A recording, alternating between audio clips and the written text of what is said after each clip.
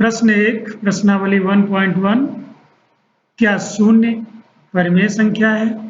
क्या इसे आप p/q के रूप में लिख सकते हैं?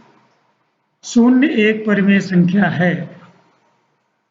शून्य एक परिमेय संख्या है और हम इसे p/q के रूप में लिख सकते हैं क्योंकि 0 बराबर 0/1 लिखा जा सकता है। तो यहाँ पर लिखेंगे शून्य एक परिमेय संख्या है। दूसरा प्रश्न है 3 और 4 के बीच में 6 परिमेय संख्याएं लिखिए। हमें मालूम है परिमेय संख्याएं दशमलव की भी होती हैं, हम यहाँ लिख देंगे। तो 3 तथा 4 के बीच में 6 परिमेय संख्या लिखनी है तो क्या आएगा?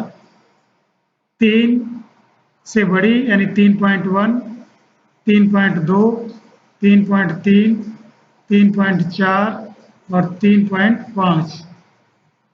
1, 2, 3, 4, 5 और 3.6 ये संख्याएं आ गई हैं। 1, 2, 3, 4, 5, 6 इस तरीके से हम लिख सकते हैं, अथवा 3 + 4/2 लिख दें। 7/2 3.5 ऐसा आ सकता है। तो 3 और 3.5 और इस तरीके से लिखें तो थोड़ा बड़ा हो जाएगा प्रश्न। फिर इन दोनों के बीच में लिख लें 3 + 3.5/2 ऐसा 6.5/2 जो भी आएगा ये 3.25। तो फिर बाद में ऐसे लिखें, ये थोड़ा बड़ा जरूर हो जाएगा, लेकिन अगर 10 से ऊपर संख्याएं आएंगी तो ये आसानी हो जाएगी।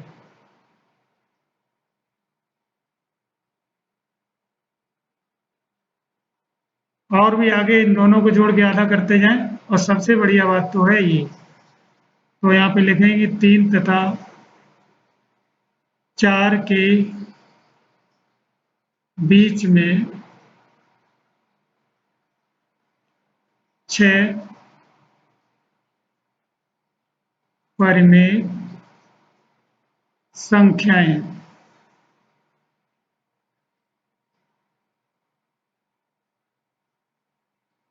तीन 3.1, 3.2, 3.3, 3.4, 3.5, 3.6। तीसरा प्रश्न है 3/5 और 4/5 के बीच में 6 परिमेय संख्याएं लिखिए। 3/5 को आप 0.6 लिख सकते हैं, भाग देंगे 5 का 3 में तो 0.6 आएगा। और 4/5 को हम 0.8 के रूप में लिख सकते हैं, भाग देंगे 5 का 0.5 का 30, 0.6 या फिर 0.6 लिख सकते हैं। ऐसे ही 4 में 5 का भाग 0.0 इस तरीके से लिख सकते हैं। अब हमारे पास ये दो संख्याएं हैं, इनके बीच में संख्या लिखनी है तो कैसे लिखेंगे? 3/5 तथा 4/5 के बीच में 6 परिमेय संख्याएं। दशमलव में भी लिख सकते हैं और ऐसे भी लिख सकते हैं। अगर ये दशमलव में लिख रहे थे हम, लेकिन हम ऐसे भी लिख सकते हैं। 3/5 से बड़ी लेनी है संख्या तो 3.1 कर दें। पहली संख्या हो गई तो ये 3 से बड़ी आ जाएगी। कुल मिलाकर के हम इसको यहाँ से इस तरीके से लिख सकते हैं। ये दशमलव हटाएंगे, एक 0 बढ़ा देंगे तो 31/50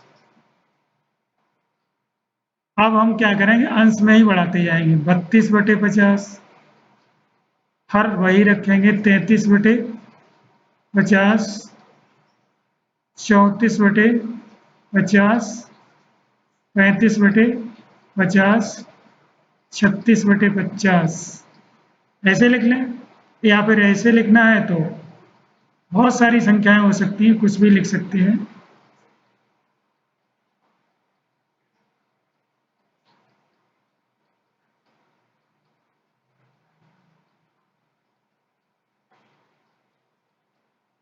अनंत संख्याएं हैं, दो संख्याओं के बीच में अनंत संख्याएं होती हैं।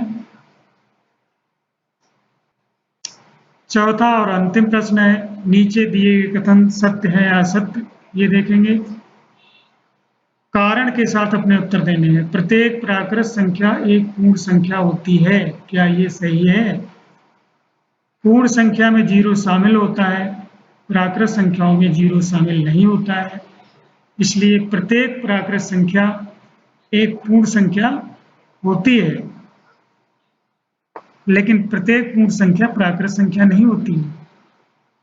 क्योंकि हमने जब पूर्ण संख्याएं बनाई थी तो 0, 1, 2, 3, 4, 5 तक गई थी, तो ये पूर्ण संख्याएं थी, इसमें सब प्राकृत संख्याएं आ गई थी। तो प्रत्येक प्राकृत संख्या एक पूर्ण संख्या होती है, ये सत्य कथन है। प्रत्येक पूर्णांक एक पूर्ण संख्या होती है। हमने जब पूर्णांक निकाले थे उसमें ऋण के भी भाग आए थे, इस तरीके से आए थे ना।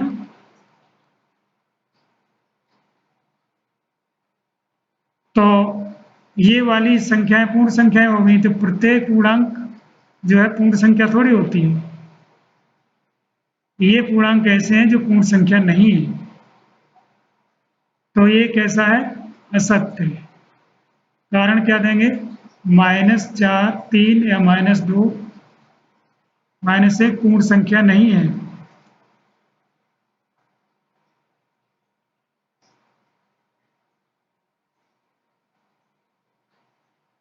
परंतु पूर्णांक हैं।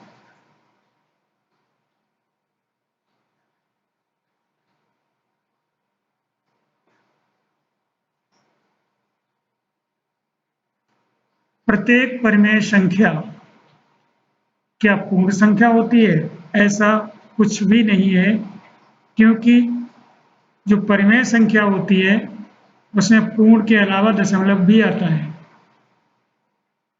हमने जब पढ़ा था परिमेय संख्याओं में तो दशमलव भी संख्याएं आई थी, पूर्ण ही थोड़ी आई थी। इसलिए प्रत्येक परिमेय संख्या पूर्ण संख्या नहीं होती है। कुछ संख्याएं ऐसी होती हैं जो परिमेय तो हैं लेकिन पूर्ण नहीं है, ये लिखेंगे असत्य। और लिख देंगे 0.3 एक परिमेय संख्या है, जबकि यह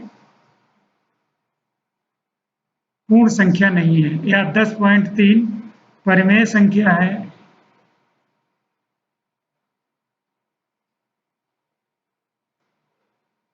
जबकि यह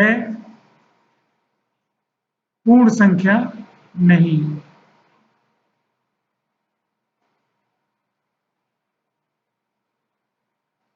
तो ये हमारे प्रत्येक प्राकृत संख्या एक पूर्ण संख्या होती है, ये सत्य कथन है। जबकि प्रत्येक पूर्णांक एक पूर्ण संख्या होती है, ये असत्य है। क्योंकि ऋण वाले पूर्णांक तो होते हैं लेकिन पूर्ण संख्या नहीं होती। प्रत्येक परिमेय संख्या एक पूर्ण संख्या होती है, ये असत्य है, क्योंकि कुछ ऐसी संख्याएं हैं जो परिमेय हैं लेकिन पूर्ण संख्याएं नहीं हैं।